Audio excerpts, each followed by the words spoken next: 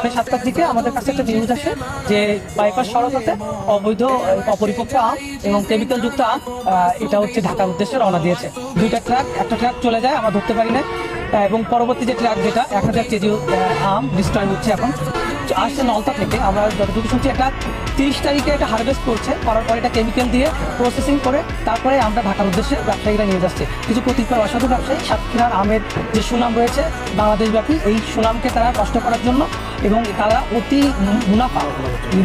মুনাফা লাভের জন্য এই আমের যে ক্যালেন্ডার করেছে স্থানীয় প্রশাসন, সেই তারিখটাকে তারা অমান্য করে তারা নিজেদের মতো করে অগ্রিম আম হারভেস্ট করে বাজারে আগাম নিয়ে গিয়ে একটা বেশি মুনাফা করার জন্য এই কাজটা করেছে। তো সাতক্ষীরা বৈষম্য ছাত্র আন্দোলন সর্বদা সচেষ্ট রয়েছে সকল রকম অন্যায় এবং অপরাধ অসাধু ব্যবসায়ীদের বিপক্ষে।